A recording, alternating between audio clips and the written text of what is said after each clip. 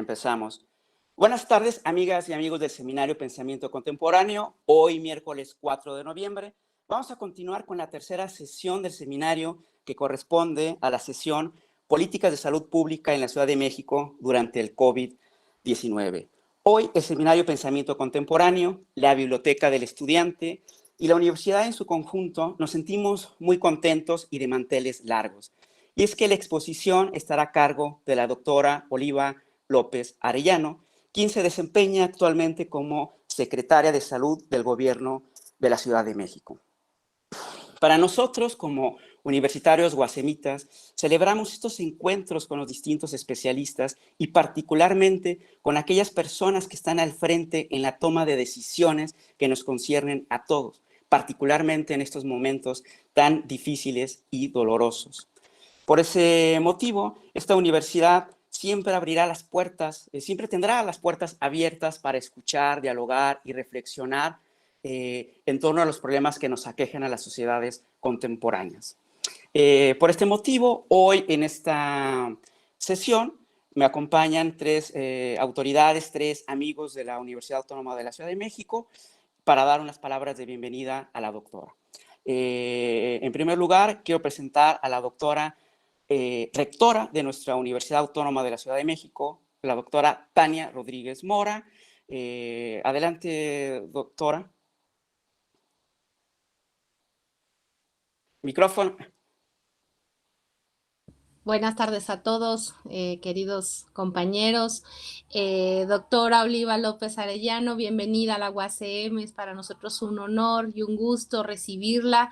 Muchas gracias a los organizadores por la invitación y por construir este espacio de diálogo más urgente que nunca, más importante que nunca, en varios sentidos. La emergencia sanitaria ha puesto de relevancia la importancia de la formación en el ámbito de la salud, y ese es un elemento central. Ha puesto en relevante también la importancia de una cultura científica, como decimos en la UACM, una cultura científica y humanística que nos permite enfrentar un fenómeno como el que estamos viviendo, y ha hecho evidente también para nosotros, y desde ese lugar se lo agradecemos doblemente, la importancia de la interrelación entre las distintas instancias de la sociedad, desde el gobierno, las universidades, la sociedad civil, la ciudadanía en su conjunto. Es importantísimo que sumemos esfuerzos para enfrentar la situación, y desde ese lugar pues le agradecemos muchísimo, Oliva, que se haya dado el tiempo a venir a conversar con nosotros. Sabemos de su larguísima e importante trayectoria académica, y desde ese lugar pues bienvenida de nueva cuenta a la universidad, bienvenida a la universidad de su ciudad, y decirle a los que nos escuchan, a nuestros compañeros, colegas y estudiantes que se han conectado, al público en general, que la UACM desde siempre ha tenido un compromiso muy fuerte con construir comunidad y con hacernos cargos de los problemas de la ciudad. Y en este momento y en esta coyuntura, más que nunca, la Ciudad de México requiere que su universidad autónoma, tome cartas en el asunto y se mantenga de frente pensando, contribuyendo a solucionar los problemas que estamos enfrentando. Así que muchísimas gracias por asistir esta tarde, muchas gracias a los organizadores, Napoleón, y les agradezco a muchos todos la asistencia. Gracias. Muchas gracias, rectora Tania Rodríguez Mora. Ahora nos acompaña también el maestro Raúl Amílcar Santos Magaña. Él es el coordinador académico de nuestra universidad. Adelante, maestro. Buenas tardes a todos, doctora Oliva López, muchas gracias por estar acompañándonos, es muy importante contar con su presencia. Hay mucha inquietud con la gente de la universidad y sobre todo con la gente de la ciudad. Creo que es importante este espacio para ver cuáles son las políticas que está vislumbrando la Ciudad de México para atacar esta contingencia. Hay mucha inquietud de cuándo vamos a regresar, o sea, qué estamos haciendo. Yo creo que pues agradece mucho su presencia, que pueda colaborar con nosotros, darnos su experiencia, qué están haciendo allá a través del gobierno, y yo le agradezco muchísimo que nos acompañe. Bienvenida, como le dijo la doctora Tania, la rectora, pues la Universidad Autónoma de la Ciudad de México es la casa de la ciudad, es la universidad. Tenemos un compromiso con toda la comunidad, y en general la coordinación académica a través de la Biblioteca del Estudiante, pues estamos comprometidos a que este tipo de foros se pueda dar, esta interacción con la comunidad, para que todas las inquietudes que ellos puedan tener, pues, puedan ser solventadas. Y este acercamiento con el gobierno creo que es muy, muy importante para nosotros, y espero que para ustedes también, que puedan acercarse más hacia la universidad. Pues bienvenida, muchas gracias, y estamos a sus órdenes. Gracias, Napoleón, y gracias a la Biblioteca del Estudiante. Muchas gracias, coordinador académico.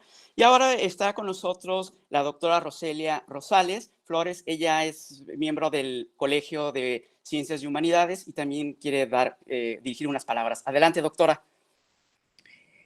Bueno, yo tengo el gran gusto de darle la bienvenida a la doctora Oliva López Arellano con mucho cariño de todos nosotros de la licenciatura en promoción de la salud, porque tenemos ahí un grupo fuerte de profesores que somos egresados, que fuimos estudiantes con la doctora Oliva López Arellano. Entonces la admiramos, la queremos mucho.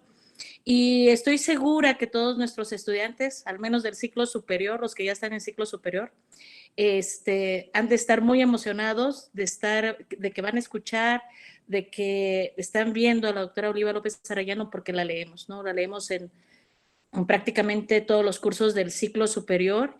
Y bueno, también dar el compromiso que tenemos en la formación de recursos humanos, de promotores de la salud, que trabajen en esta nueva perspectiva que tenemos en la ciudad, y que nos congratulamos que sea desde una perspectiva crítica, desde una perspectiva que respete los derechos humanos, y que sobre todo esté realizando políticas sociales que vayan en el cumplimiento del derecho a la salud. Entonces, para nosotros es un gran honor estar acá, escucharla y ver todo lo que hemos leído teóricamente, ver cómo se está concretando en la Ciudad de México todas estas políticas sociales que, bueno, lo tenemos en la teoría, pero actualmente lo estamos viendo cómo se concreta. Entonces eso es magnífico, y un abrazo, querida Oli. Muchas gracias, doctora Roselia. Pues bien, entraremos propiamente, muchas gracias a todos por sus palabras, entraremos propiamente con la sesión Políticas de Salud Pública en la Ciudad de México durante el COVID-19. El 11 de marzo, la Organización Mundial de la Salud anunció formalmente el COVID-19 como una pandemia. Desde entonces, ha provocado entre nosotros inquietud, incertidumbre, desconocimiento y miedo.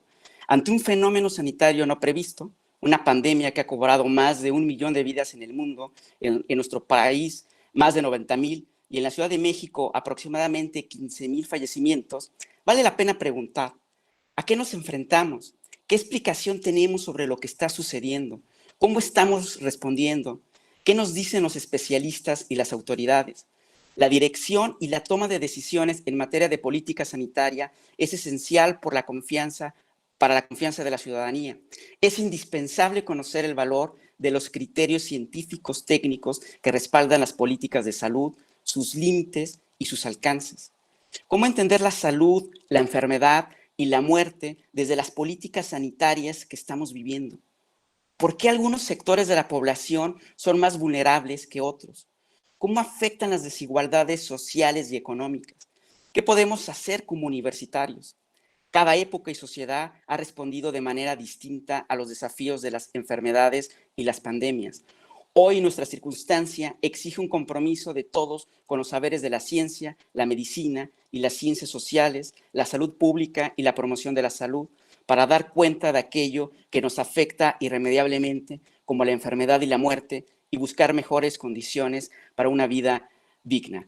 Pues bien, la sesión, como sabemos todos, estará a cargo de la doctora Oliva López Arellano, que además de secretaria de Salud del Gobierno de la Ciudad de México, es una estupenda médica, epidemióloga y gran académica. Tiene más de 80 artículos publicados, es un referente en toda América Latina. Es un gusto tenerla con nosotros. Bienvenida, doctora, y adelante, la escuchamos. Gracias. Bueno, primero agradezco la invitación y además su generosidad en términos de sus palabras y la presentación. ¿Qué cosas son muy importantes colocar de inicio? en nuestra perspectiva. Yo creo que esto es muy importante porque en eso coincidimos absolutamente con la perspectiva que tiene la UACM, con la perspectiva de promoción de la salud y con una visión desde la salud colectiva. Entonces, lo primero, si me apoyan con la presentación, lo primero es situar nuestro quehacer desde que llegamos. O sea, nosotros nos fuimos convocados en la perspectiva de una ciudad innovadora y de derechos. Entonces, aquí lo que es muy importante para nosotros es la mirada desde el derecho a la salud. La siguiente, la siguiente. No sé si se pueda, la siguiente, esa, sí. La perspectiva de derecho a la salud que nos coloca en una mirada distinta a la salud como mercancía, nos coloca en una mirada distinta de la salud entendida como un resultado de la prestación de servicios, aunque es muy importante. Y aquí ustedes ven nuestra mirada. O sea, la salud como un derecho, la salud como una metacapacidad y su atención, cuidado, protección como un derecho. Entonces, en esta mirada amplia del derecho a la salud tenemos dos grandes campos que es importante señalar. Lo que tiene que ver con determinantes sociales de la salud, que ustedes son avesados y trabajan sobre eso, que es cómo vive y cómo trabajan las personas, cómo es su territorio, cómo se apropian de los beneficios y de los servicios producidos socialmente y cómo esto se distribuye. Entonces, tiene que ver con las condiciones de vida, con el acceso a servicios, con el disfrute de una serie de elementos que hacen más o menos fácil la vida de las personas. Y el segundo gran campo tiene que ver con la perspectiva en el componente de protección de la salud, y aquí sí el accionar del sistema médico sanitario. Entonces, esta es una mirada amplia que desde que llegamos nos guía, ¿sí? Luego nos agarró la pandemia, ¿verdad? Pero no hemos quitado esa perspectiva. Más bien eso sigue siendo una de las guías y la ruta que marca esta garantía del derecho es una ruta para transformar. No le toca directamente a salud, pero coadyuva a la transformación de los determinantes sociales y le toca directamente a la Secretaría de Salud de la ciudad la atención en términos de la protección de la salud, de brindar servicios médicos y sanitarios a la población en la ciudad. Directamente la prestación de servicios para 4 millones de personas, la seguridad sanitaria para toda la ciudad y la atención solidaria a las personas de las zonas conurbadas del Estado de México o de otras entidades que vienen a la ciudad a pasear, a buscar servicios, a resolver necesidades, a trabajar, o también a personas migrantes. Entonces, la siguiente. Esa es la mirada general y la fuimos aterrizando durante el 2019 en un modelo de atención primaria a la salud que tiene un conjunto de atributos. No los voy a describir, están desplegados, pero es sobre todo esta mirada que atención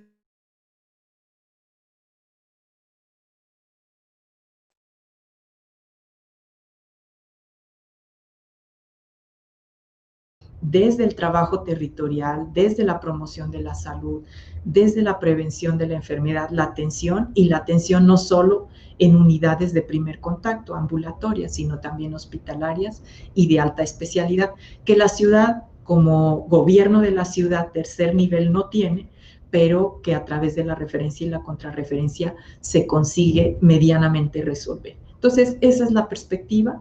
También una mirada, si es derecho a la salud, es un derecho universal y los mecanismos institucionales para garantizarlo son universalidad, son principios básicos, universalidad, gratuidad, equidad, ¿sí? Y solidaridad. O sea, son elementos que tienen que estar presentes. La siguiente, por favor. Así, esa nos da como la dimensión del quehacer, porque tenemos 32 hospitales, tenemos 230 centros de salud para la prestación de estos servicios, pero también para la seguridad sanitaria tenemos un área que es la Agencia de Protección Sanitaria, que se hace cargo de esta vigilancia, fomento sanitario y regulación sanitaria en toda la ciudad, que coadyuva con otras instancias, y también tenemos áreas específicas. Entonces, es un quehacer que se despliega, sí, desde las unidades ambulatorias y hospitalarias, esta gran red que tenemos la fortuna de tener, que son hospitales pediátricos, materno-infantiles, generales, también un subsistema de atención médica en reclusorios que tienen servicios médicos legales, por un lado, servicios médicos en reclusorios y también un hospital, la Torre Médica Tepepan, de referencia para este subsistema. Atendemos, como muestra este diagrama, desde lo que sería la zona conurbada, ¿no? Porque llega mucha población de estos 22 millones que incluye la zona conurbada, son 13 millones del Estado de México, no todos vienen, pero sí tenemos 5 millones que van y vienen, más los 4 millones que son atención directa, porque es población no derechohabiente, la seguridad sanitaria de toda la ciudad, y programas específicos para grupos particulares. Por ejemplo, programas para adultos mayores o programas que tienen ciertas características especiales, como sería la atención a personas LGBTTIQ o personas por decirlo rápido, de la diversidad sexual. Entonces, esto es como la mirada general.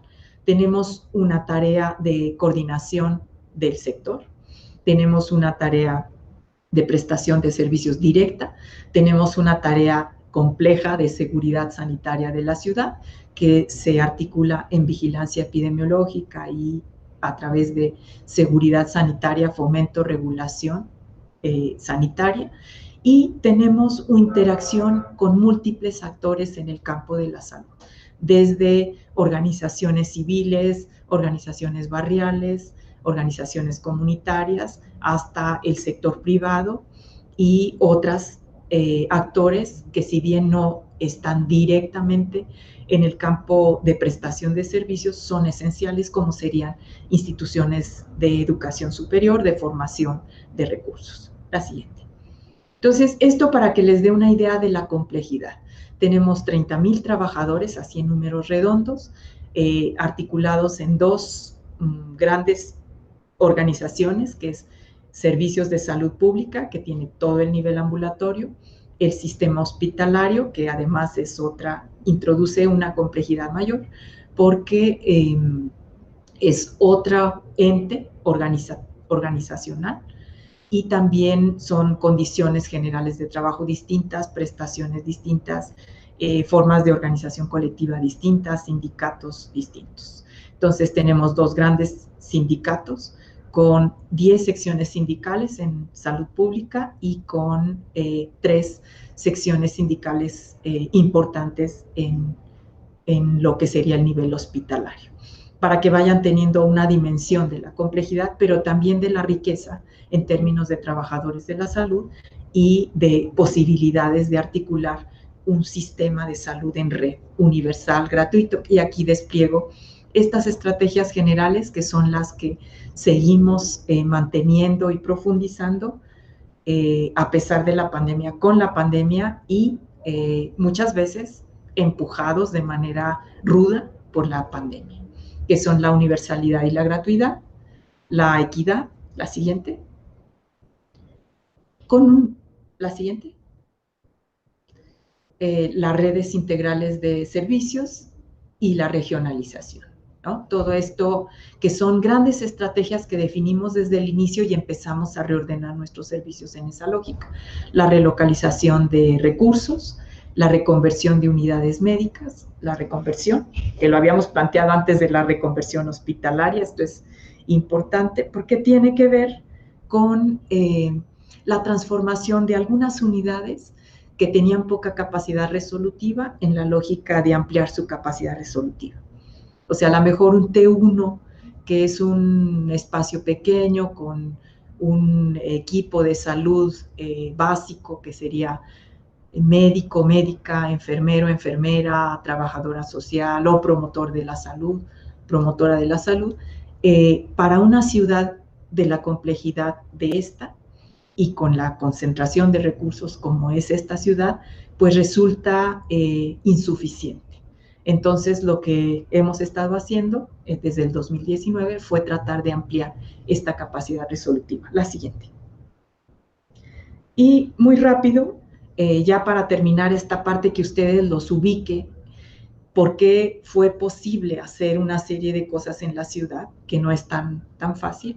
Bueno, aquí está, nos organizamos, recuperamos algo que había roto absolutamente, el seguro popular. El seguro popular, por más que se presente como un programa, un modelo muy exitoso, en realidad fue un mecanismo de financiamiento que vino a fracturar toda la arquitectura institucional previa, que tenía todavía, conservaba algunos elementos de territorialización, de trabajo con AGEPS, de referente de espacio-población, y vino a transformar la lógica de que la salud es resultado de intervenciones médicas.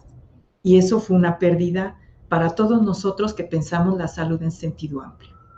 Bueno, como se quita el seguro popular, desaparece el régimen de protección social en salud. Sí, nosotros desde el 2019 empezamos a recuperar esta idea de espacio-población anclado a territorio, con mucho trabajo desde promoción de la salud hasta lo que sería la atención ambulatoria y hospitalaria. La siguiente. Desplegando además la perspectiva de la salud colectiva, mucho trabajo territorial articulado a otros que están en el trabajo territorial para incidir sobre los determinantes sociales y también mejorando la calidad de la atención ambulatoria y de la atención hospitalaria. Y aquí vemos cómo esta perspectiva pues, nos permite desplegarnos en muchos espacios.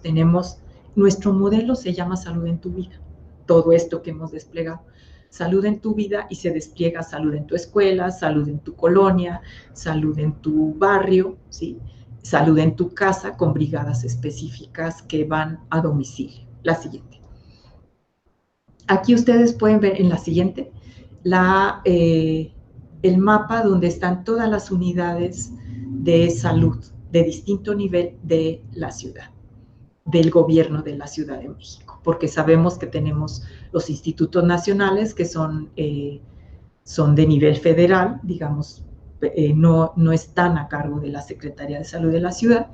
Están los grandes hospitales de referencia, como el Juárez, el General de México, el Infantil, Federico Gómez, o sea, son el Gea González, todos estos hospitales federales con los que tenemos relación, pero no dependen directamente de la Secretaría de Salud. La siguiente. Y aquí ya, la siguiente. Ustedes ven que tenemos presencia en todo el territorio de la Ciudad de México. Y aquí ya vamos entrando con esto que veníamos desarrollando y que habíamos avanzado.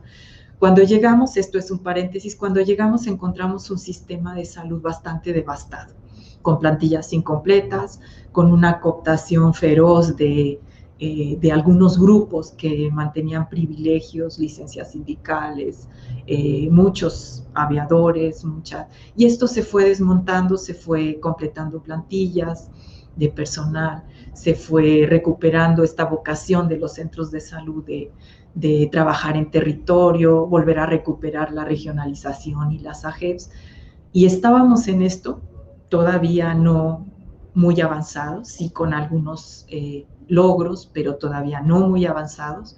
Por ejemplo, lo de la red de servicios integrales, pues no habíamos avanzado mucho cuando llega la pandemia. Entonces, frente a la pandemia, ¿qué tenemos?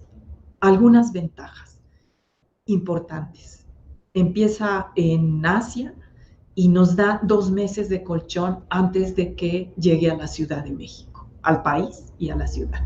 Entonces, en estos 2 meses, a partir de las primeras alertas, y esto también es importante subrayarlo, empezamos a trabajar en coordinación con la Secretaría de Salud del Gobierno de México. Entonces, desde las primeras alertas, pues empezamos un monitoreo conjunto, muy pendientes de las alertas, sobre todo en los primeros momentos el fortalecimiento de sanidad internacional, que depende de nosotros.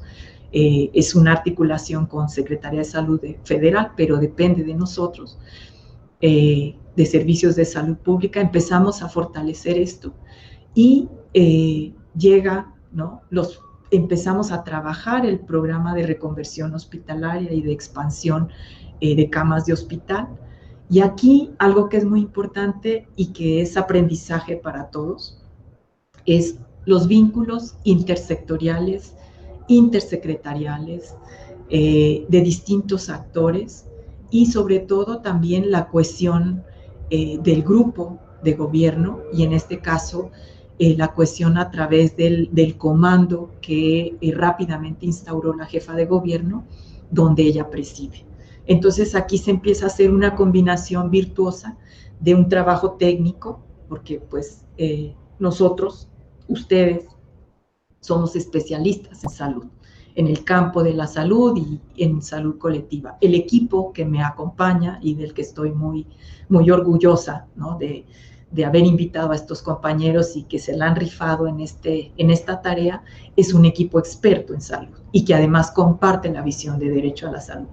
Pero también el afortunado encuentro con otros compañeros de gobierno que son expertos en su campo y que además asumieron también la tarea de enfrentar la pandemia de manera colectiva. Entonces, Secretaría de Salud, solamente yo diría que en diciembre, enero, estuvimos un poco trabajando más en solitario con Secretaría de Salud del Gobierno de México, pero a partir de los primeros días de febrero ya fue un trabajo colectivo encabezado por la jefa. Y aquí es muy importante el vínculo ciencia y una perspectiva política, pero con una ética política, porque desde el principio se planteó, vamos a fortalecer lo público, vamos a seguir transformando en la lógica de derechos, vamos a aglutinar a todos, porque lo que tenemos que hacer es enfrentar la pandemia de la manera más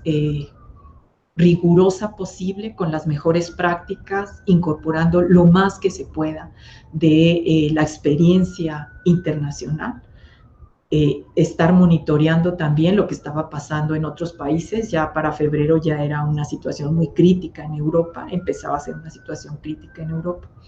Y entonces esta combinación es muy útil y es muy necesaria y no siempre se da.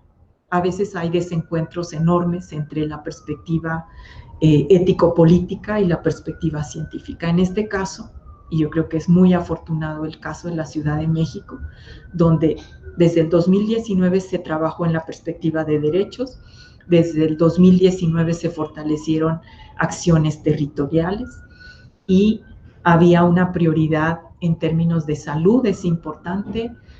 Fortalecer el sistema público de salud es importante y quitar esta tara que consiguió permear en muchos, incluso trabajadores de la salud y en la población, por supuesto, de que la salud es una mercancía, de que por la salud se paga, de que por la salud y por su atención es un mérito y entonces no debe ser para migrantes, no debemos atender a los del Estado de México. Entonces, esa perspectiva se anuló, esa visión de la salud como mercancía, y pudimos avanzar en la pandemia con una clara articulación con el gobierno federal, que también eso es una ventaja, porque yo ya estuve no en esta posición, pero como directora general de Planeación y Coordinación Sectorial, cuando la doctora Laurel fue secretaria de Salud, y el forcejeo con el nivel federal en aquel momento, la ciudad empujando servicios médicos y medicamentos gratuitos y el gobierno federal empujando Seguro Popular. Entonces, en este momento hay mucha articulación, coincidencia y una perspectiva compartida de atención primaria a la salud integral. Entonces, en esta visión, pues el trabajo empezó a avanzar muy rápidamente. La jefa de gobierno tuvo el liderazgo del Comando Metropolitano, ella lo instaura, empezamos a trabajar de manera sectorial con todos los de salud, con todas las áreas de salud intersectorial, con IMSS, con ISSSTE, con la CINSAE, que son la Coordinación de Institutos Nacionales y Hospitales de Referencia, con privados, con hospitales privados, y en este proceso nos llega el resguardo generalizado. Pero cuando se da el resguardo generalizado hacia marzo, nosotros ya habíamos avanzado en esta coordinación sectorial, en la dimensión metropolitana. En el gabinete participa siempre gente de la Secretaría de Salud del Gobierno del Estado de México. Habíamos avanzado ya también en una visión, digamos, integral de cómo atender la pandemia. Habíamos avanzado en la reconversión hospitalaria, que fue un proceso bien difícil, porque no conseguíamos ventiladores, había una especulación feroz con el equipo de protección personal, teníamos ya comprados los ventiladores y no los entregaban en esta reconversión hospitalaria. Entonces fue una etapa muy difícil, porque además la presión de estar viendo lo que ocurría en España, en Italia, donde la gente se estaba muriendo en la calle, no alcanzaban las camas hospitalarias. Y aquí empezaron a ocurrir algunas cosas que yo creo que luego dieron mucho fruto hacia el periodo de semaforización. La Agencia Digital de Innovación Pública, que es una entidad creada por este gobierno, depende directamente de la jefa de gobierno, con una enorme creatividad y con un manejo sustancial de nuevas tecnologías de plataforma, empezó a desarrollar lo que ahora es muy claro, es la vigilancia epidemiológica de plataforma. Entonces, y de nuevo, este trabajo colectivo lo que permite, ¿sí?, es potenciar las capacidades de los distintos espacios y un diálogo donde siempre hay una posibilidad de tener mucho más, una mirada más allá de la propia campo de trabajo de cada uno de nosotros. Entonces también eso, que soy defensora del trabajo colectivo y de la discusión colectiva y de procesar los problemas y sus posibles soluciones de manera colectiva. Entonces, esta formación de un equipo de trabajo, un gabinete de salud, donde no estaba solo salud, sino estaban varias secretarías, la Secretaría de Educación, Ciencia, Tecnología e Innovación, la DIP, muy importante, pero también participaba Finanzas, que es fundamental, participa toda el área de la Secretaría de Obras, porque tuvieron un papel muy importante en la expansión de unidades de carpas y expansión de camas hospitalarias. O sea, tenemos un trabajo intersecretarial muy importante desde el inicio, pero se fue fortaleciendo. Y el trabajo sectorial. Y ya no les hago el cuento largo en este resguardo generalizado, donde las personas se fueron a sus domicilios, los que pudieron, y aquí hago otro paréntesis que es muy importante y que nosotros también teníamos claro, la jefa de gobierno también, y prácticamente todos los secretarios. Es una ciudad heterogénea, polarizada, con profundas desigualdades sociales y socioterritoriales, donde el simple llamado a lavarse las manos, ¿sí?, era complicado en algunas zonas de Iztapalapa, sobre todo de las periferias de Oriente y del norte de la ciudad. Entonces, eso lo teníamos claro desde el principio y es parte de la comprensión, no solo frente a la pandemia, sino de la comprensión de la dinámica de salud y de enfermedad en la ciudad. ¿Por qué? Porque hasta ahorita todavía tenemos reclamos de por qué es el colmo que nos cierran y que deberíamos estar en semáforo rojo y todo cerrado y la gente resguardada. A lo mejor eso lo puede hacer una ciudad alemana, una ciudad europea, no sé si todas, pero algunas. Pero en esta ciudad, un reconocimiento. 60% de la población no tiene trabajo formal. No está generalizado el seguro de desempleo. La gente el día que no sale a trabajar no come. Entonces, y no come esa persona y no come su familia. Entonces, esta comprensión de la situación permitió que el resguardo, se invitara al resguardo generalizado, excepto las actividades esenciales, como era salud, policía, seguridad y algunas otras, pero que se entendiera que no podía haber multas, ¿cómo se llama esto? Arrestos, y siempre ha prevalecido una visión de derechos humanos y de respeto a los derechos humanos. Porque había gente que no se resguardó o se pudo resguardar un poquito y luego ya tuvo que salir a buscar cómo obtener ingresos para sobrevivir. Entonces, esto es importante también reconocerlo, o sea, no es una implementación de una serie de medidas de manera mecánica, ¿no? Resguardo generalizado y órale todos a resguardo generalizado y vamos a multar y arrestar y a tener acciones coercitivas. No, entendemos que la ciudad, una ciudad de 9 millones, 22 millones en la zona conurbada, con 60% de personas que no tienen trabajo formal, sin seguro de desempleo y con una enorme heterogeneidad socioterritorial, tenemos que entrarle de una manera distinta a cómo entraron algunas ciudades europeas o asiáticas que fueron muy, muy exitosas, pero a costa a lo mejor de los derechos humanos, de la posibilidad de que la gente pudiera movilizarse cuando así lo necesitaba en términos de su sobrevivencia. Entonces pasamos a los semáforos y aquí en los semáforos ya la idea, ¿sí?, es proteger a la población en situación de mayor riesgo.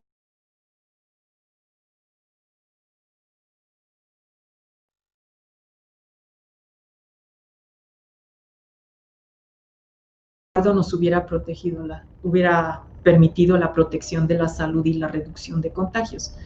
Pero el resguardo así riguroso, a fuerza, con medidas coercitivas, hubiera tenido un impacto, a lo mejor no sobre COVID, porque hubiéramos reducido contagios, pero sí sobre otras patologías, sí sobre la posibilidad de tener pues problemas, lo digo así como porque así lo creo, incluso de situaciones de hambre, porque inseguridad alimentaria tenemos, pero situaciones de hambre en muchas familias. Entonces, esto siempre en una sociedad tan polarizada, tan desigual, siempre es un equilibrio precario. Y aquí es donde nos ayuda mucho una perspectiva de derecho y una perspectiva territorial y una perspectiva de atención primaria a la salud, porque entonces se priorizan ciertos espacios, se da atención intensiva. Esto no quiere decir que se desplaza.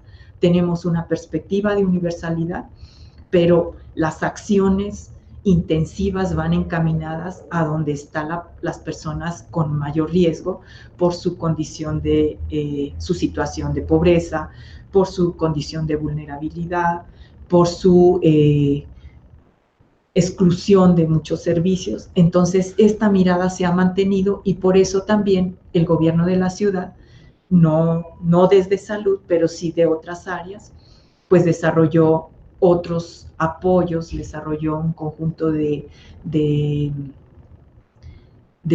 apoyos monetarios, de despensas, de kits, el kit médico, alimentario y monetario para los casos COVID-19 y sus contactos. O sea, desarrolló muchos apoyos para decir sí tenemos que resguardarnos, sí tenemos que bajar las actividades, sí tenemos que reducir la movilidad en la ciudad. Y esto es notable, ustedes pueden ver las gráficas del momento del resguardo generalizado. El metro redujo su actividad en 80%, sin coerción, sin sanciones, nada más apelando a la solidaridad y hasta donde puedas, quédate en tu casa. Entonces, el tren ligero igual, o sea, todo el sistema público redujo su movilidad, o sea, se redujo la movilidad porque la gente hizo un esfuerzo y aquí también es un papel muy importante de los ciudadanos y reconocerlo. La gente es falso que digamos que no le importa, que no hace caso, no, o sea, no. Hay algunos grupos por distintas razones, pero en general las personas han reaccionado positivamente a toda esta información, comunicación y conferencias diarias que da la Secretaría de Salud del Gobierno de México y que da la jefa de gobierno todos los días, de informar, de insistir, de decir. Y esto también es importante porque sí creemos que la gente toma la salud en sus manos, en su margen de maniobra estructural, lo que le permite su condición de vida y su condición de clase y su espacio territorial y su vivienda, toma la salud en sus manos. Nadie se quiere morir y hace lo que puede por evitarlo. Nadie se quiere enfermar y hace lo que puede por evitarlo.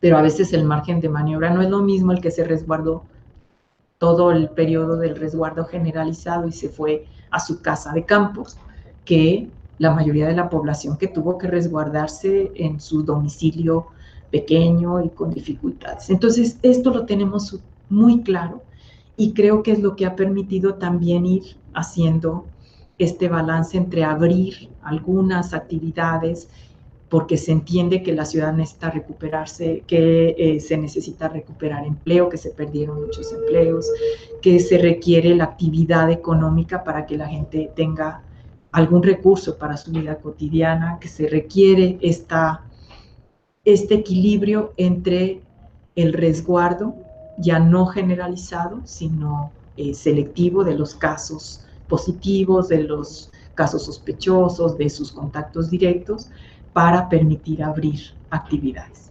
Entonces, aquí es algo que la jefa de gobierno ha señalado, no es lo mismo el semáforo naranja de julio que el que tenemos ahora. Ahora, también es cierto, ha sido una pandemia larga.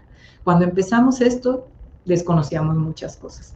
Sabíamos que tenía datos respiratorios y dábamos por hecho que era una enfermedad respiratoria. No, es una enfermedad multisistémica que afecta de manera diversa todos los órganos, sobre todo los pulmones, pero se expresa de muy diferentes formas. Pensábamos que el cubrebocas no tenía un efecto tan importante y ahora sabemos que es una barrera de protección importante junto con todo lo demás. En los primeros momentos no lo sabíamos. También pensábamos que no era tan contagioso y es algo contagioso. Y pensamos que los más vulnerables iban a ser los adultos mayores. Y resulta que el COVID-19, pues los cuadros de mayor riesgo son poblaciones con enfermedades crónicas no transmisibles como diabetes, hipertensión, obesidad y sobrepeso. Y nuestra población en la Ciudad de México y en el país, pues tenemos altas prevalencias de estos problemas. Entonces, eso lo fuimos conociendo después, conociendo con los hallazgos de otros países, pero también con nuestra propia experiencia en términos de ver los datos de hospitales, de defunciones, etc. Pasamos a la siguiente. La siguiente, por favor. Y aquí es, digamos, ¿cómo desplegamos esta actividad? Bueno, pues la desplegamos en múltiples frentes, desde lo que podríamos decir la vigilancia epidemiológica de plataforma, la vigilancia epidemiológica de territorio, la articulación de esto, porque esta solita, pues nada más hace georreferencia y monitorea y todo, y esta solita va un poco a ciegas, pero cuando las articulamos, aquí la vigilancia epidemiológica de plataforma nos permite decir, ahora los casos activos están concentrados en estas colonias y vamos a anticiparnos. Y el trabajo con hospitales también nos está diciendo, ahora tenemos muchos casos que provienen de Álvaro Obregón o que están viniendo de otra alcaldía, hay que poner atención ahí, reforzar el trabajo territorial. O sea, esta articulación de las miradas distintas a la ciudad, reconociendo que es una ciudad desigual y polarizada y que conocemos perfectamente cuáles son los territorios más vulnerados y donde está la población con mayor riesgo en términos de estas condiciones estructurales, pues una combinación de vigilancia epidemiológica de plataforma, que ahí la DIP ha sido genial, porque a ellos se les ocurrió lo de el sistema SMS, que nos permitió en el resguardo domiciliario dar seguimiento domiciliario a los casos leves y a los casos moderados, con el quédate en casa, atender a los que requerían hospitalización, pero sin que se nos saturaran excesivamente los hospitales. Entonces, por ejemplo, el SMS, las llamadas a Locatel, la telellamada, se fortaleció, se fueron médicos de centros de salud, se fueron a Locatel, donde estaba ya un grupo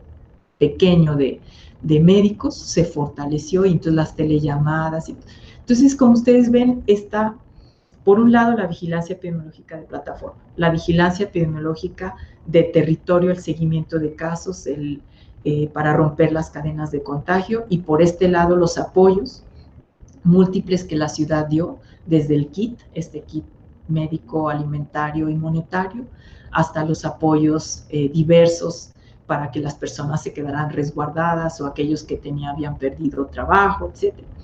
Y por otro lado, todo lo que tiene que ver ya con la hospitalización, la atención temprana, la estandarización de tratamientos, la expansión de camas hospitalarias que permitía una permanencia de la gente, ¿sí? Ampliando esta capacidad hospitalaria de aquellos casos que requerían un monitoreo hospitalario, pero que no tenían necesidad de una intubación. Y por otro lado, simultáneamente un trabajo muy generalizado de vigilancia epidemiológica, de seguridad sanitaria. Entonces, la Agencia de Protección Sanitaria, trabajando con los comercios, con los servicios, ¿sí? Para los lineamientos, que además se estandarizaron, la DIP los concentró, los sistematizó, la Agencia de Protección Sanitaria hace las verificaciones, el fomento sanitario, y el INVEA hace toda una serie de sanciones a los comercios que incumplen los lineamientos. La siguiente.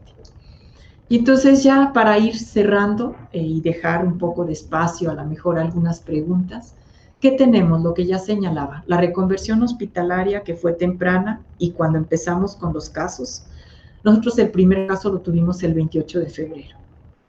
Entramos a resguardo generalizado en marzo, si mal no recuerdo, como 16 de marzo, y cuando se entró a la semaforización, ya en el resguardo generalizado, que se prolongó hasta mayo, nosotros tuvimos el pico más importante de la pandemia en mayo. La segunda, tercera semana de mayo fueron críticas, pero no se quedó gente que requiriera hospitalización, no se quedó fuera, no se quedó sin cama de hospital, pero funcionamos como sector. El IMSS recibía pacientes no derechohabientes, nosotros recibíamos pacientes de todos. El hospital que tenía lugar recibía. Del Estado de México recibimos bastantes personas, pero funcionamos como un sector metropolitano y unificado. Y esta es de las cosas que yo creo que hay que es aprendizaje. Muchos de nosotros lo venimos planteando desde hace un montón de años, pero se mostró que es la mejor forma de funcionar. Entonces, lo esencial fue la coordinación interinstitucional, intersectorial e intersecretarial. Este gabinete de salud sectorial y metropolitano, que durante, diría, desde marzo que se empezó a reunir hasta el mes pasado, nos reuníamos diario. Ahorita ya es cada tercer día, el sectorial. El local nos seguimos reuniendo diario. Diario de lunes a domingo. Entonces también ahí pueden entender un poco el agotamiento de todos, pero pues seguimos comprometidos. Intervenciones específicas. Sobre esto no me detuve, pero la intervención en reclusorios, que fue un diseño muy importante de cómo en esos espacios contener los contactos, cómo podríamos hacerle, y se dio, y esto fue una propuesta del subsecretario que ustedes conocen, el doctor Juan Manuel Castro, de hacer pruebas antes de que entraran los que iban a seguir su proceso legal, que no sabíamos si en reclusión o fuera, y se sigue haciendo. Se toma una muestra, en 24 horas el INDRE nos da el resultado, mientras esta persona queda aislada, y ya con el resultado positivo y tiene que entrar, pues se va a un aislado. y si tiene que salir, pues se va a un seguimiento territorial, y si es negativo, pues ya no nos preocupamos tanto en ese momento. Entonces, este tipo de cosas en la SEDA, una intervención también muy importante, ahí con un aporte de muchas ideas de varios, pero en particular de la doctora Andrea González, que trabaja en Condesa, y de la jurisdicción sanitaria de Iztapalapa, que se hizo una incorporación masiva de promotores de salud, 250, que hacen barrido en todos los puestos, y también con un incremento de la toma de muestras y un convencimiento, un trabajo cotidiano con la gente para que tomara las medidas de protección personal y tomara la salud en sus manos, ayudando con todas las medidas que la Secretaría de Salud podía desplegar, ¿no? Promotores, un kiosco de atención médico, tamizaje, estudio epidemiológico, la toma de muestras, etc. Entonces, digamos que estos son las intervenciones particulares que fueron importantes. También durante mayo y junio, muy importante lo que le llamamos el Comando de Atención 24/7 para apoyo a personas fallecidas. El periodo que tuvimos más exigencia en términos también de funerarias, de demanda de crematorios y todo, pero con un sistema que comandaba Secretaría de Gobierno, pudimos atender de manera gratuita a todas las personas que requirieron ese servicio y agilizar, porque ya de por sí era terrible la defunción, terrible no poder despedirse, terrible no poder velar, todas estas cosas que en términos culturales son tan importantes para nosotros, pues por lo menos un apoyo de gobierno para facilitarlas. Y el monitoreo también en asilos y en albergues, esto muy coordinado con la Secretaría de Salud de la ciudad, con la CIVISO, la Secretaría de Inclusión y Bienestar Social, y la atención a personas en situación de calle. Son como cosas específicas. Ya había dicho la vigilancia epidemiológica de plataforma y territorial, la atención temprana, tanto hospitalaria como ambulatoria, la toma de muestra, esto también rápidamente. No es que estuviéramos en la lógica como muchas veces los periodistas y los que quieren amarrar navajas dicen, ¿no? Están en contra tienen una postura distinta, contraria al nivel federal. No.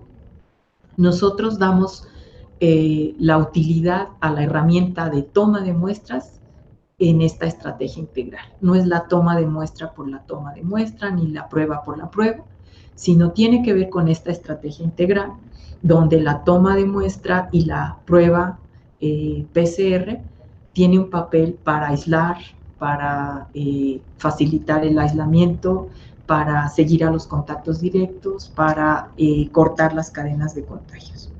Entonces, esta toma de muestras se generalizó. Primero estábamos solo en las unidades monitoras, COVID, y luego se fue ampliando la capacidad de tomar muestras. En este momento, 117 centros de salud y 81 puntos que le llamamos kioscos móviles y fijos, toman muestra, pero no solo toman muestra, hacen orientación médica, tamizaje, estudio epidemiológico y canalización cuando se requiere. Eso es importante, la diversificación de laboratorios públicos, y aquí es donde en cosas concretas se expresa esta mirada de fortalecimiento de lo público, de derecho a la salud. En otros estados también están tomando muestras, aunque la Ciudad de México toma el 40% de todo el país, pero subrogaron el servicio, subcontrataron laboratorios privados, y aquí la decisión de la jefa de gobierno fue desde el principio: fortalezcamos la capacidad de los laboratorios públicos, del de salud pública, que pertenece a la Secretaría de Salud, pero también del IMEGEN, de nutrición, del INER, del propio INDRE, que también nos apoya mucho. Entonces, esta mirada pues se concreta en esas cosas: la diversificación de laboratorios, el personal médico haciendo rastreo telefónico, y aquí hago un paréntesis porque también se contrató mucho personal médico, como 4,000 personal de salud, 4,000 personas trabajadoras de la salud se fueron a resguardo domiciliario todavía no han regresado, por edad o por comorbilidades. Y se contrató más o menos un número parecido para fortalecer el trabajo tanto territorial como hospitalario, como en Locatel, como en las brigadas domiciliarias. También aquí un papel muy importante las brigadas de participación ciudadana territorial, como ellos hacen barrido casa por casa, ya le han dado varias vueltas a la ciudad, en particular en las colonias de acción prioritaria, colonias, barrios, pueblos de acción prioritaria, y ellos llevan información, orientan a las personas, dejan trípticos, folletos, también ellos son los encargados de entregar los kits en los casos positivos, confirmados, pero hacen tamizaje e invitan a las personas, si tienen sintomatología, a quedarse resguardadas, aisladas, y a que si quieren ir a un centro de salud o a un kiosco a atenderse. Entonces, la siguiente. Y ya para ir cerrando, ya son las últimas dos láminas, los resultados. Bueno, el resultado más importante es que en ningún momento se rebasó la capacidad de atención hospitalaria. En ningún momento se rebasó, siempre tuvimos, o sea, hubo momentos en que estuvimos al 85-90% de ocupación, con un sufrimiento en salas de urgencias, con varias ambulancias formadas, sobre todo en mayo nos pasó esto, pero todas las personas que requirieron una hospitalización por ser cuadros graves o muy graves de COVID, tuvieron, o sospecha de COVID, tuvieron una opción de atención hospitalaria. Esto lo demuestra, por ejemplo, que incluso las defunciones, el 90 y pico % son defunciones hospitalarias, porque sabemos que sí hay una letalidad alta. Unas pocas defunciones, sí, hubo algunas también en ese momento en domicilio, pero el porcentaje es pequeño. Otro de los datos que no conocíamos era la hipoxia silenciosa, y que puede ser muy rápida la forma de pasar de una persona que se siente un poco mal a una persona que está saturando a 80%, que tiene su saturación de oxígeno en 80, en 85%, menos del 90% de saturación. Eso lo conocimos después, y hay muchos casos de muerte en domicilio que lo reportan como que se sentía un poco mal, se fue a dormir y ya no despertó. Entonces, y varios de estos con sospecha de COVID. Entre los resultados así muy rápidos, 163,000, bueno, estos son los datos al día de ayer, no se los voy a leer, pero aquí están los casos activos, son 4,671, que son los que contagian, ¿no? Porque si vemos los acumulados, como los periodistas, es que hoy hay más que ayer, pues sí, son acumulados. Son acumulados. No todos los periodistas, pero muchos. Entonces sí, y mañana va a haber más que hoy. Pero si vemos la epidemia activa, pues estamos valorando que son 4,671 casos activos, positivos, casi 1 millón de usuarios atendidos en SMS, más de 100,000 personas contactadas por las jurisdicciones sanitarias, que también armaron sus propios call centers, 2,000 brigadistas de participación ciudadana que hacen barrido casa por casa y entregan los kits, 123 brigadas de salud en tu casa haciendo toma de muestra domiciliaria, sobre todo aquellas personas que no pueden movilizarse, 400,000 pruebas de PCR en 5 laboratorios públicos que están procesando con un tiempo de entrega de alrededor de 4 o 5 días, más de 8,000 visitas de orientación y fomento sanitario realizadas por la Agencia de Protección Sanitaria, son algunos de los datos. Nuestra ocupación hospitalaria en este momento está alrededor del 40%, la de camas con ventilador por abajo del 37%. Todos los días se monitorean todos los indicadores, también traslados en ambulancias, llamadas a 911, llamadas de telemedicina, o sea, un conjunto de indicadores. Ustedes saben que el semáforo nacional, que es el que nos orienta, tiene 10 indicadores. La positividad en la ciudad, que también es algo importante, ha descendido de tener en mayo 50%, o sea, de 50 pruebas, la mitad salían positivas, en este momento estamos en 27%. O sea, sí hay una contención de la pandemia. ¿Ha sido muy larga? Sí. ¿Ha tenido un costo de muertes importante? Es cierto. Sí.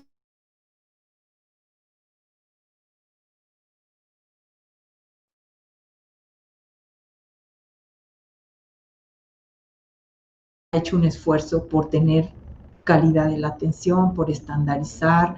Tenemos un monitoreo y, por ejemplo, si se identifica que un hospital tiene una alta letalidad, se hace una intervención específica en ese hospital para reducirla, con capacitación, con contratación de médicos, vigilando las infecciones intrahospitalarias. O sea, hay todo un trabajo de mucha gente para reducir las muertes, reducir los casos graves, disminuir los contagios, y estamos así por distintos lados. Los desafíos, y ya con esto concluyo, los desafíos para el sistema de salud, pues lo que tenemos que mantener es esta coordinación y avanzar hacia un sistema único, unificado de salud y de dimensión metropolitana.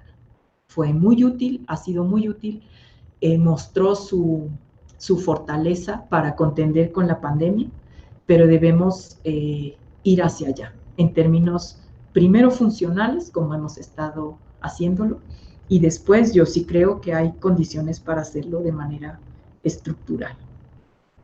Fortalecer la capacidad resolutiva de las unidades de primer contacto. Han tenido un papel muy importante y se ha revalorado el trabajo de los compañeros de promoción de la salud, de las trabajadoras sociales, de las enfermeros y enfermeras, del médico y la médica de primer contacto. Es un trabajo que en general no se ve como un trabajo importante, no nosotros, pero desde la visión de la medicina hospitalaria hegemónica, de la biomedicina, como si no tiene tecnología y si no es hospitalaria, no es importante, y es fundamental. En este momento de la semaforización, el trabajo de los servicios de salud pública ha sido fundamental. Por supuesto, los hospitales siguen atendiendo, pero el trabajo para cortar cadenas de contagio ha sido fundamental. Y promotores y brigadistas de participación ciudadana. Mantener y ampliar los equipos de atención hospitalaria, esto también, muy pocos especialistas, muy pocos personal formado, ¿sí?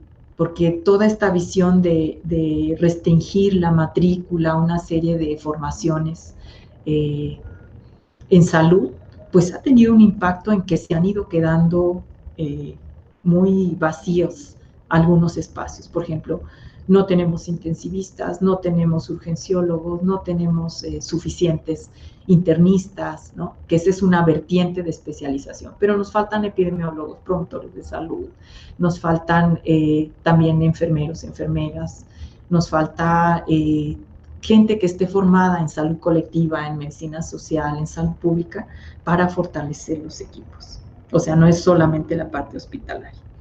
Entonces, articular la red de servicios integrales es un desafío hacia adelante, fortalecer nuestro laboratorio de salud pública para tener cada vez una capacidad mayor de atención, no solo a esto, porque también la vigilancia epidemiológica de sarampión, que tuvimos un brote y ya lo controlamos, un brote a partir de un caso importado, pero, o sea, no se descuidó el conjunto de atenciones hasta donde fue posible, se difirió consulta externa, disminuyeron la atención de urgencias, se dificultó el seguimiento y la resolución de cirugía programada, o sea, sí hay impactos en términos de diferimiento de la atención, pero la posibilidad de articular una red de servicios integrales está muy viva y queremos. Una situación estructural terrible en México, ¿no? Con grandes desigualdades sociales, con un sistema de salud, 40 años de desmantelamiento y desfinanciamiento. Y a mí me parece un trabajo enorme, ¿no? Porque siempre pudo haber habido esta idea de que, bueno, vamos a ser coercitivos, vamos a estas medidas que en todo el mundo se hicieron, ¿no? Lo de la movilidad, lo de salud, las medidas económicas, las medidas de educación, pudo haber habido esta idea de que, bueno, vamos a ser más coercitivos, vamos a imponer las acciones, pero a mí me parece de las mejores, digamos, y más loables acciones que se respetaran los derechos humanos, porque hemos visto lo que ha sucedido en otros países, ¿no? Cuando por ejemplo, las de confinamiento o de movilidad restrictiva con toques de queda, da para que se violenten los derechos humanos, ¿no? Y entonces yo creo que es una de las cuestiones que resaltaría. Otra de las cuestiones que resaltaría, bueno, no voy a entrar en detalles de todo el programa que implementaron en la Ciudad de México, que desde mi punto de vista dice mucho, expresa una mirada de lo que debe ser la salud y una mirada de cómo se piensa que se debe de proteger la salud de los ciudadanos y de cumplir con el derecho a la salud. Y a pesar de la situación, que aunque no, bueno, no lo dijo expresamente la doctora Oliva, pero sí hay que decirlo, que veníamos de una situación en la que el gasto en salud era prácticamente nulo, ¿no? Que no tenían suficientes camas. Alguna vez leí que el INER, que era de los hospitales que atendía los problemas respiratorios, no alcanzaba las 100 camas, me parece, no tengo los datos exactos, pero lo que quiero recalcar es que el esfuerzo que hizo el gobierno de la Ciudad de México en particular para poder enfrentar la pandemia y otorgar y dar ese derecho a la salud, el acceso, la cobertura, todos los convenios, todo lo que hicieron, todo esto que nos ha platicado la doctora Oliva, me parece a mí que atrás lo más importante es la mirada que hay, ¿no? La mirada de cómo debe ser la salud, ¿no? Una mirada integral, una mirada de derecho, y creo que son de las cosas que hay que resaltar, porque a veces uno ve lo que se está ya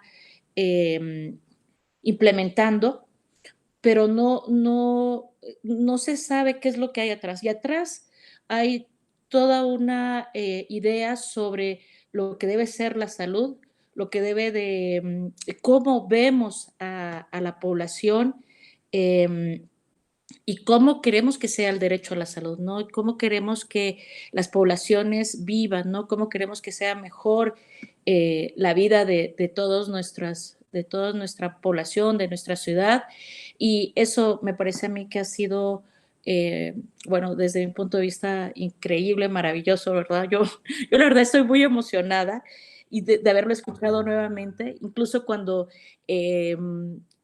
me parece que dieron a conocer el programa de salud en tu vida, me pareció algo extraordinario que se llevara a lo territorial, que se intensificaran las acciones donde se requiere, porque tenemos desigualdades territoriales tremendas en la Ciudad de México, ¿no? En esta ciudad tan grande.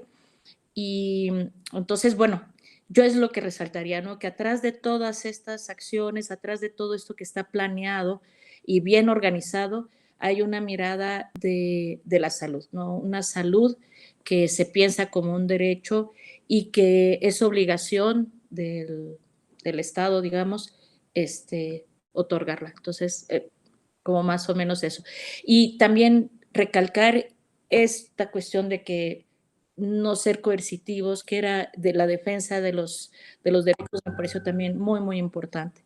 Entonces yo esto lo dejaría. Y agradezco mucho, no siempre es un placer escucharte, Oli, siempre es un placer oír cómo expresas todo también. Otra de las cualidades, ¿no? La comunicación en salud, que creo que ha sido también un gran logro, ¿no? Del gobierno federal y del gobierno de la Ciudad de México en particular. Muy bien. Maestro Amílcar, ¿quiere comentar algo? Sí, yo voy a ser breve, no vas a agradecerle a la doctora Oliva. Muy interesante la plática, realmente nos ha mostrado todo el gran esfuerzo que ha hecho el gobierno a través de la Secretaría de Salud y en general por todas sus dependencias para poder pues, garantizarnos la seguridad y sobre todo el derecho a la salud que se está viendo en estos momentos tan complejos que se están dando en el mundo, en el país, sobre todo la complejidad, el gran reto que están teniendo en la Ciudad de México, porque hay una gran diversidad de, pues, de población que es interna, que vienen de fuera, etcétera, etcétera. Y pues yo le agradezco mucho que nos haya dado este espacio, y pues yo cedo más bien las preguntas, porque los que nos están siguiendo creo que tienen muchas inquietudes, y la doctora Rosel ya ha hecho una muy buena síntesis de todo, ¿no? Entonces yo cedo la palabra para que den paso a las preguntas. Y muchas gracias y bienvenida a la UACM. Muy bien, pues una pregunta es de Irlanda Libertad, dice ella, en la Ciudad de México se ha impulsado el modelo de atención salud en tu vida. ¿Qué cambios sufrirá este modelo de atención con la implementación del Acuerdo Coordinación de Modelo SAVI?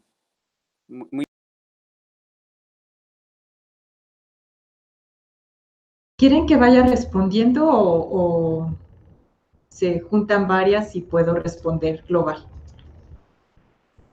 Sí, mejor, ¿no?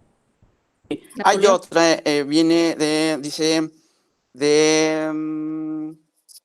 la señora López, ¿qué acciones se tienen proyectadas para mejorar las condiciones del trabajo de los trabajadores de SEDESA? También hay otra de Mariana Medina, dice, gracias por su exposición, doctora. ¿Existe algún documento en el que se pueda consultar con mayor detalle las características del modelo de atención salud en tu vida? Otra, a ver, Esmeralda Flores, excelente información. Se tiene que seguir trabajando en este tema, ya que no se tiene la cultura para seguir los lineamientos. Hace un hincapié en que también falta una cultura ciudadana, ¿no? Dice, durante el periodo más álgido de la pandemia por el COVID-19, ¿hubo alguna disminución en la atención de los servicios que se brindaban en los centros de salud? Es otra. De Jesús Guzmán, desde la formación de los médicos de pregrado se les inculca la idea que si no son especialistas no pueden hacer muchas cosas y no se les prepara mejor. Y también otras que tenemos de aquí de Maribel, ella nos dice que más bien dice, por las condiciones socioeconómicas de la población, que ya explicó la doctora Oliva López, no es posible un resguardo como en otras ciudades del mundo. Las vacunas no sabemos cuándo estarán listas. En las calles de la ciudad se observa que las medidas de atención se están relajando. Ante esta situación, el uso adecuado del cubrebocas, las sanas distancias y el lavado de manos son las herramientas más eficaces que tenemos. Es un comentario. Considero que es necesario hacer una campaña más contundente en la ciudad sobre estas medidas, especialmente el uso de cubrebocas, nariz y boca para ver la importancia que tiene el uso correcto. ¿Qué le parece si dejamos aquí estas preguntas mientras se van acumulando las que vengan? Doctora Oliva. Sí, bueno, en relación al modelo SAVI, es un modelo muy coincidente con el modelo, más bien el modelo salud en tu vida, como abreva de la misma perspectiva de atención primaria a la salud integral, es muy coincidente. Entonces tiene muchos puntos de contacto. Yo, de hecho, antes de que sacaran el modelo SAVI, yo compartí con el maestro Ferrer y su equipo el modelo de salud en tu vida y encontramos muchas coincidencias. A lo mejor algunas denominaciones distintas, el énfasis de algún profesional de la salud. En algunos hablan más de promotores, promotoras, en otro más de trabajadoras sociales, pero en general hay una mirada compartida. Y no solo con este modelo, sino también con el modelo que se gestó cuando la doctora Laurel estuvo en la subsecretaría de, no me acuerdo el nombre exacto, pero es de la subsecretaría de fortalecimiento e integración del sector salud, creo que ese es el nombre.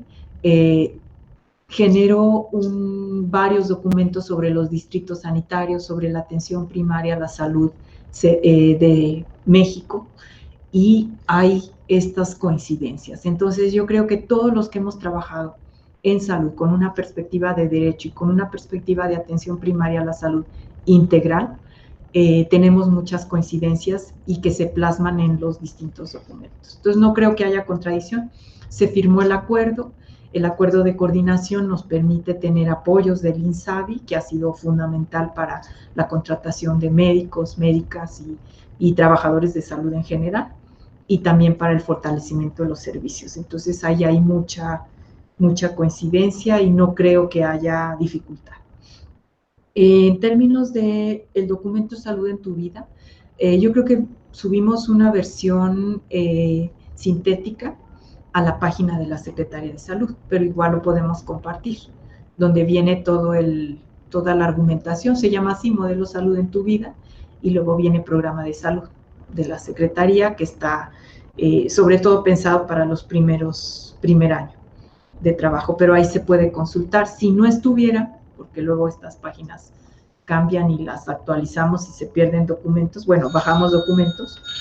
Si no estuviera, lo podemos enviar para consulta a quien esté interesado, o lo podemos mandar a la UACM y para quien esté interesado. Sobre las condiciones de trabajo de los trabajadores de la Secretaría de Salud, hay un programa que empezó desde noviembre del año pasado, que se llama Nómina Salud, Nómina GS, Galeno Salud, que está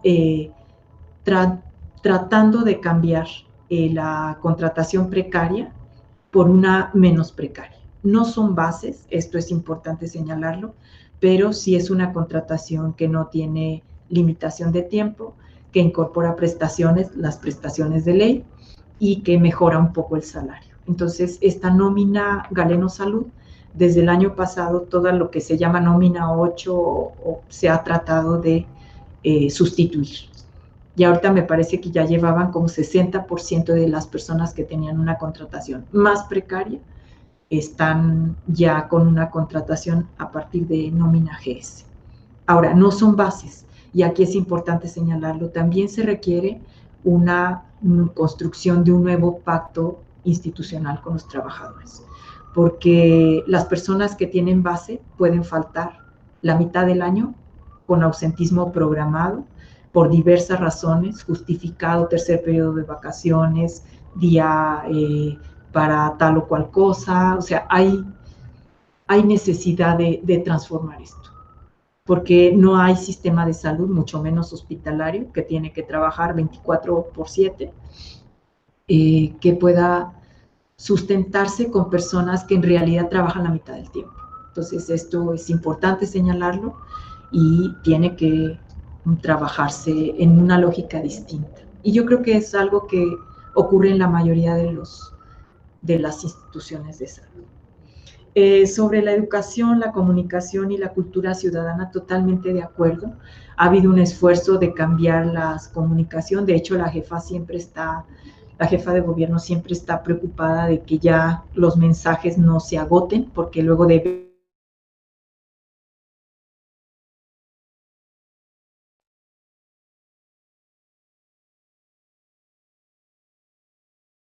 son distintos a los de ahora, se usan distintos recursos de comunicación y de divulgación para distintos grupos también. Y hay lo que le llaman pautas locales, o sea, en alcaldías, en redes, en carteles. Sí hay un esfuerzo importante, pero es cierto que en general requerimos un trabajo más intenso en distintos ámbitos para que todos tengamos una cosa que algunos han llamado alfabetización en salud. Creo que sí es muy importante seguir trabajando sobre eso. En la formación de PREGAD, efectivamente, esta visión de que solamente un médico especialista de bata blanca, pluma de oro y que cobra es el que tiene el reconocimiento y el estatus, es algo que hay que combatir. Entonces, y se combate desde la formación, desde una buena formación técnica, pero con otra perspectiva. La Universidad de la Salud se inscribe en esta lógica, la UACM se gestó la licenciatura de promoción de la salud en esta lógica, y la propia UAM Xochimilco, de donde yo soy profesora investigadora, del doctorado en salud colectiva, de la maestría en medicina social, tiene esta perspectiva. ¿sí? Entonces, pero todavía son espacios muy pequeños para contender con la mirada hegemónica que sigue siendo esta, pero totalmente de acuerdo, en nuestros espacios lo podemos transformar.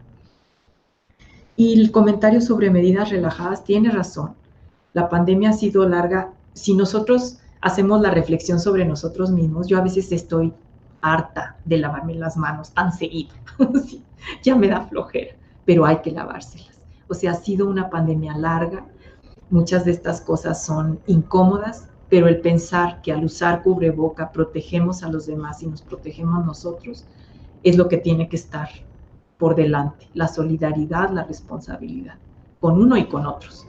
El lavado de manos igual, el gel alcohol. Ahora estamos muy preocupados y ocupados con las peregrinaciones, con la fiesta de la Guadalupana, y se está negociando, se está mandando mensaje, peregrino, quédate en casa, trabajando con las entidades de donde salen los peregrinos.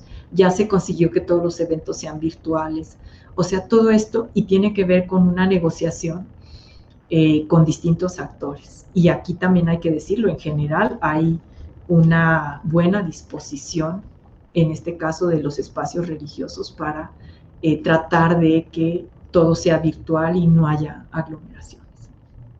Y desde luego tenemos grupos que se resisten a esto, y aquí es donde estoy de acuerdo en que habría que orientar, por ejemplo, a jóvenes. Los jóvenes se contagian, pero tienen menos riesgo en términos de cuadros graves. Entonces no perciben el riesgo y se les hace fácil porque ya tienen mucho tiempo, muchos meses, sin socializar, sin ir de fiesta, sin salir seguido. Se les hace fácil estas fiestas, estas reuniones, y están contagiando. Entonces, ellos no van a tener un cuadro grave, pero sí los abuelitos, sí los papás, sí los enfermos crónicos, y esto pone en riesgo a los demás. Entonces, ahí de nuevo, solidaridad y responsabilidad. Creo que son las... Muchas gracias, doctora. Si me permite nada más unas poquitas más para ya ir cerrando y no abusar de su tiempo. Hay preguntas muy interesantes que han llegado, por ejemplo, de Adrián Palma. Doctora Oliva, ¿podría abundar sobre el trabajo de las y los promotores de la salud en el contexto de esta pandemia, por un lado, y por el otro, en general, en el sistema de salud de la ciudad? Gracias. También hay otra de Esmeralda Flores. Excelente información. Se tiene que seguir trabajando en este tema, ya que no se tiene la cultura para seguirlos. Bueno, yo la había leído. Mariana Medina, Camila Abargo. Saludos desde Brasil a la doctora Oliva López Arellano. María Blanca López Arellano. Si nos puedes platicar un poquito sobre la estrategia que implementaron en la central de abastos y que fue un éxito. Adolfo Maldonado Gutiérrez, ¿tendremos acceso a la materia que está presentando? Bueno, creo que eso es para los, los estudiantes, ¿no? María Blanca López Arellano, estoy de acuerdo con la estrategia instrumental por la Secretaría de Salud. La perspectiva de la medicina social ha sido fundamental en la construcción de una propuesta que incluye el trabajo comunitario.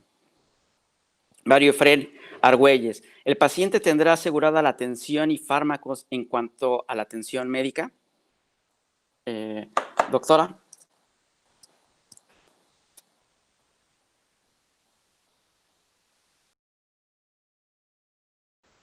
Quedó, doctora, su micrófono en... Ya con estos vamos cerrando, doctora, agradecemos muchísimo su atención. En relación a los promotores, han sido fundamentales, y han sido fundamentales porque tienen conocen el territorio, conocen sus colonias, sus barrios, y esto es muy importante, ¿sí? Tienen una enorme cercanía e interlocución con las personas, y esto facilita, no es la postura típica del médico que ni siquiera, o de la médica que ni siquiera consigue expresar de manera simple, ¿sí? Para que las personas, que no estoy descalificando, pero es montarse en la mirada médica y en decir todas las formas sofisticadas de la enfermedad y de las recomendaciones, no ayuda en una interlocución en un diálogo con las personas. Entonces, los promotores de salud, las promotoras, tienen esta perspectiva más cercana a las personas, más cercana a la población. Tienen también, como trabajadores sociales, como enfermeros, enfermeras, mucha más sensibilidad, que es algo que se pierde en la mirada médica dominante. Más sensibilidad social, comprenden a las personas. Cuando una gente le dice que no se puede resguardar, entienden porque han visto, han vivido las condiciones de esas personas. Entonces, esto es muy importante para el trabajo territorial, bueno, para todo el trabajo en salud, desde acá también, pero muy importante para el trabajo territorial, para el convencimiento, para la orientación, este diálogo horizontal. Tienen esa ventaja, tienen esa formación.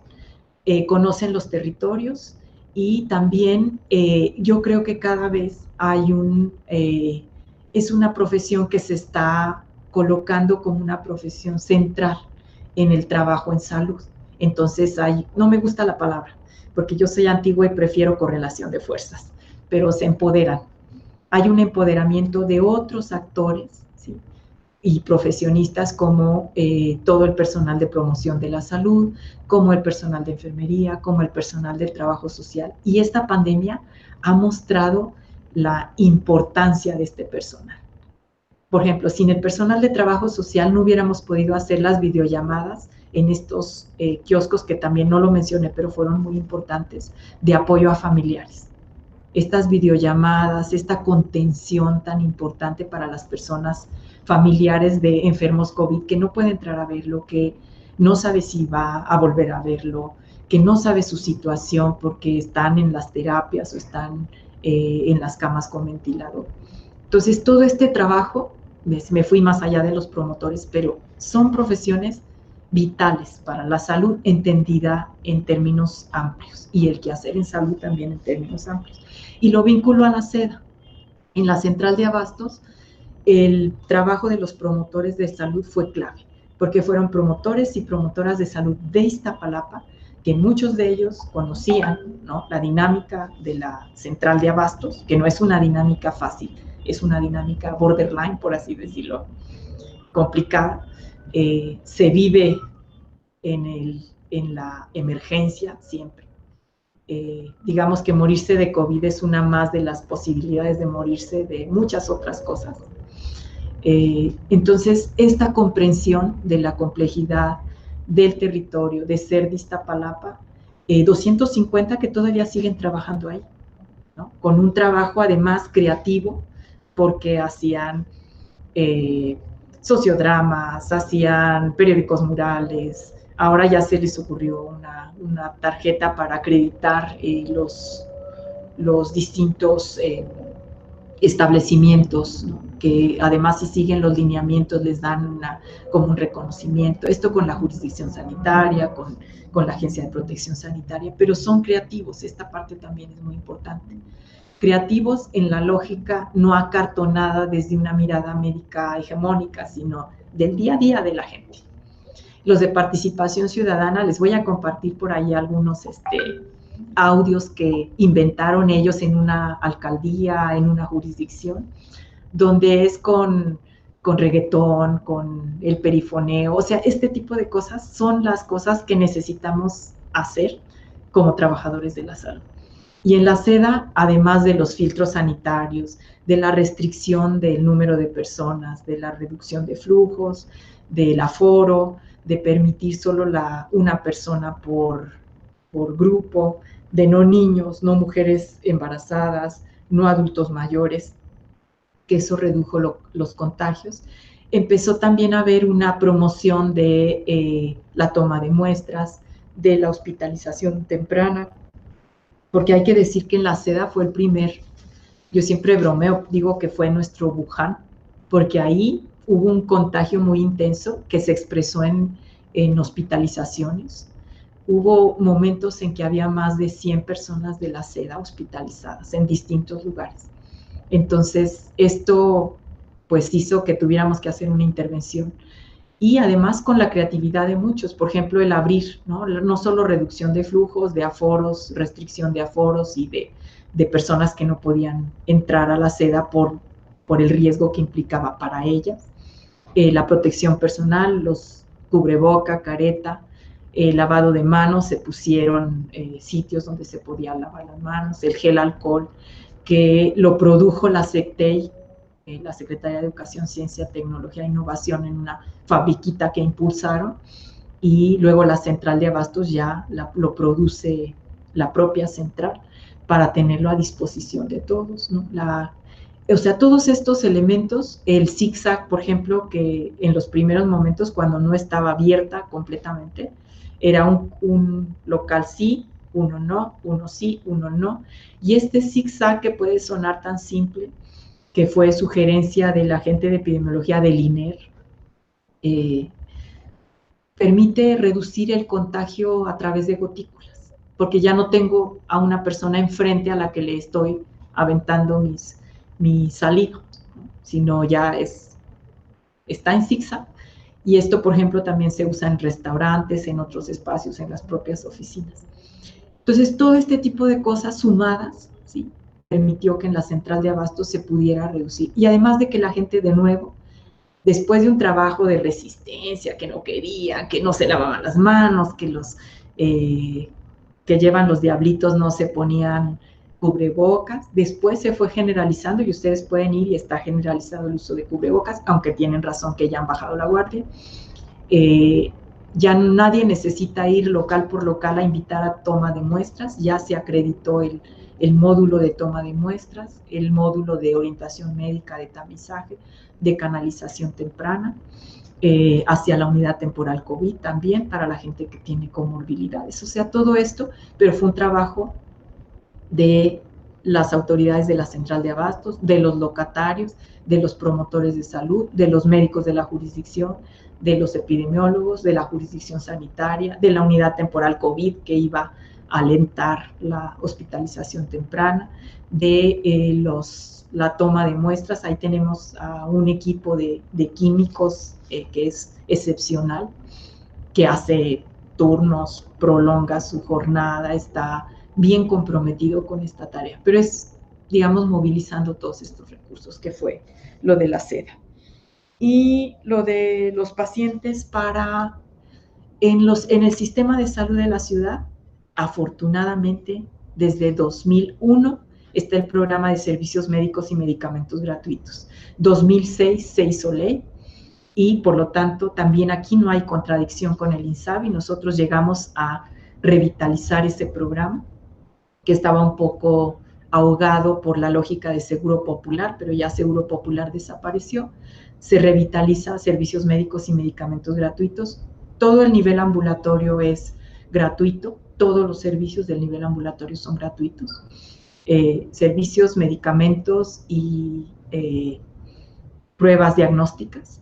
Y en el nivel hospitalario, para las personas residentes en la Ciudad de México, son gratuitos todas las intervenciones. Tenemos un padrón de gratuidad que ya tiene, pues, a los 4 millones de personas en la ciudad. Entonces, sí se garantiza la atención, se garantizan los medicamentos. Este año, a pesar de la pandemia, tenemos 93, 94%, 90% de surtimiento de medicamentos y de insumos. O sea, solo algunas claves complicadas que están agotadas en el nivel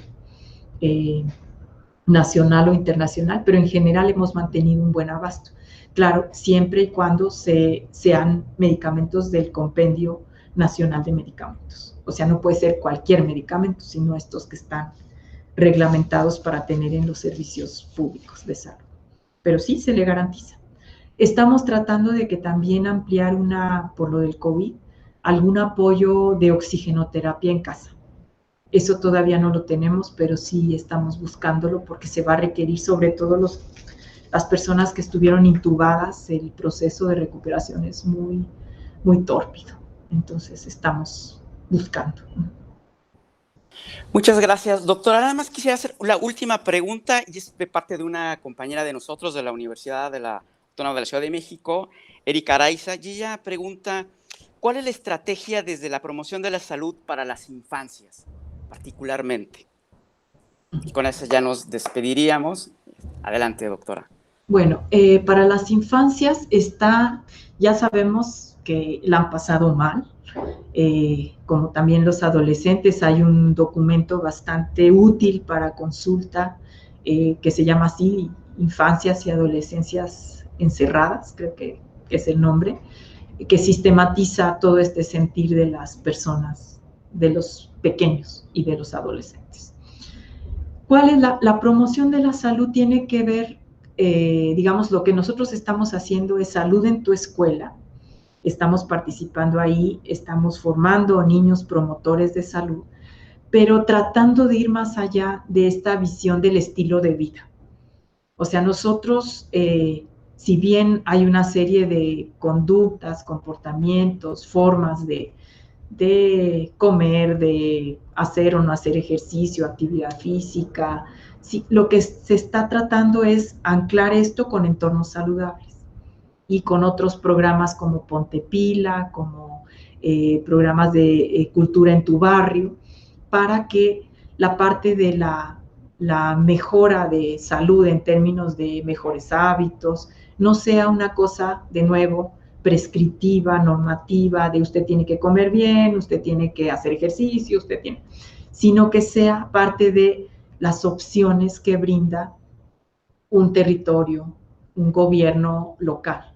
Los pilares, por ejemplo, donde se alientan múltiples actividades, y es un programa muy importante del gobierno de la ciudad, que lo concreta la Secretaría de Educación, Ciencia, Tecnología e Innovación, la SECTE, donde hay muchas actividades de distinto tipo. Entonces, esto, más la orientación, más la información, más el trabajo, por ejemplo, de entornos saludables. Los entornos escolares, con la ferocidad que dejaron entrar a las refresqueras, a las chatarreras, pues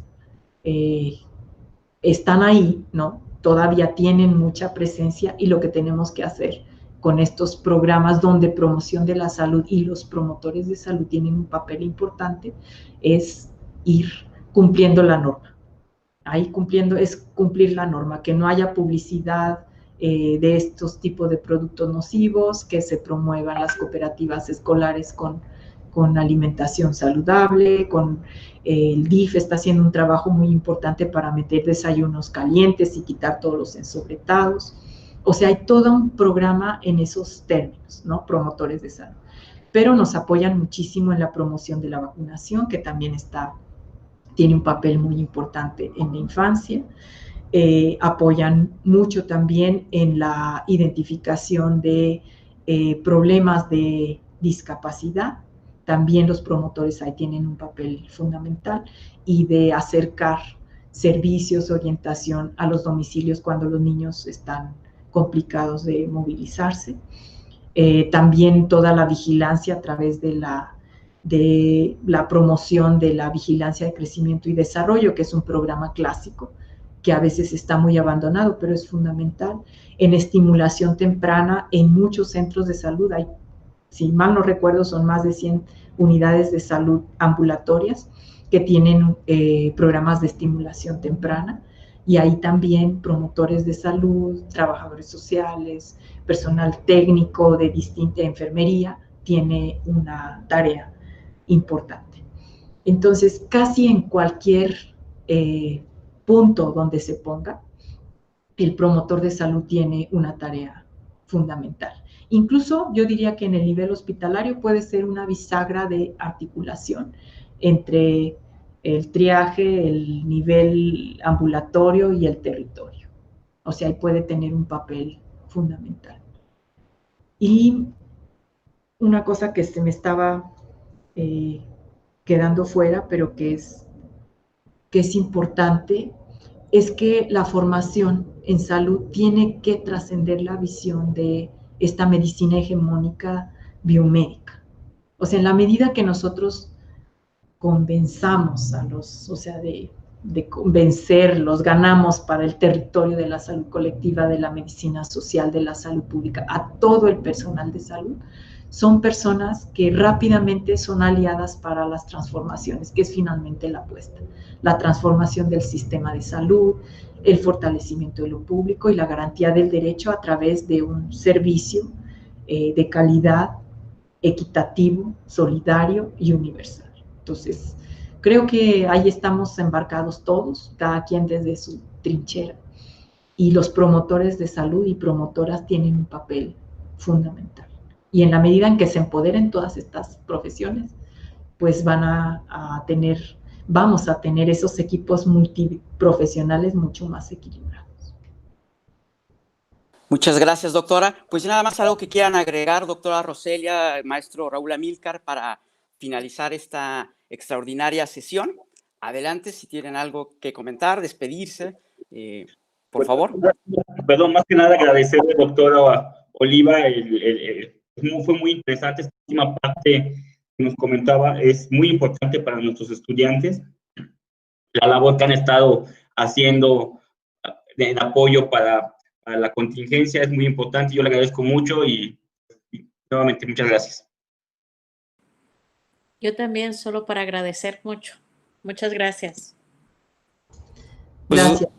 Pues ha sido un gusto. Muchas gracias, doctora Oliva López Arellano. A mí solo quisiera hacer 2 anuncios para todo nuestro público, que es invitarlos para la próxima sesión, que será el miércoles 11 de noviembre, con una charla para continuar con estos temas, que se llama La pandemia COVID-19 en América Latina, reflexiones desde la salud colectiva, que estará a cargo de Camila Abagaro, Martín Boy, Roselia Rosales, Carmen Muñoz y Javier Gutiérrez. Y también otro anuncio que tiene que ver con promoción de la salud, que es el ciclo de conversatorios, reflexiones y aprendizajes en tiempos de pandemia desde la promoción de la salud. Es organizado por estudiantes y en coordinación con servicios estudiantiles y va a iniciar el viernes 6 de noviembre con una charla sobre cómo ha afectado la pandemia por el COVID-19 a las mujeres en torno a sus derechos humanos. El martes 24 de noviembre, los feminicidios como resultados de nuestra enferma sociedad patriarcal. El martes 10 y 17 de noviembre, perspectivas cognitivas, y se cerrará el martes 1 de diciembre con una exposición fotográfica que se llama Aquí no hay miedo. Pues como se dan cuenta, la universidad está a todo lo que da en cuanto a las reflexiones y la promoción de la salud en estos tiempos del COVID-19. Muchas gracias a todos, nos despedimos y nos vemos la próxima semana. Hasta luego, doctora Oliva López Arellano. Muchas gracias y bienvenida a la Universidad Autónoma de la Ciudad de México.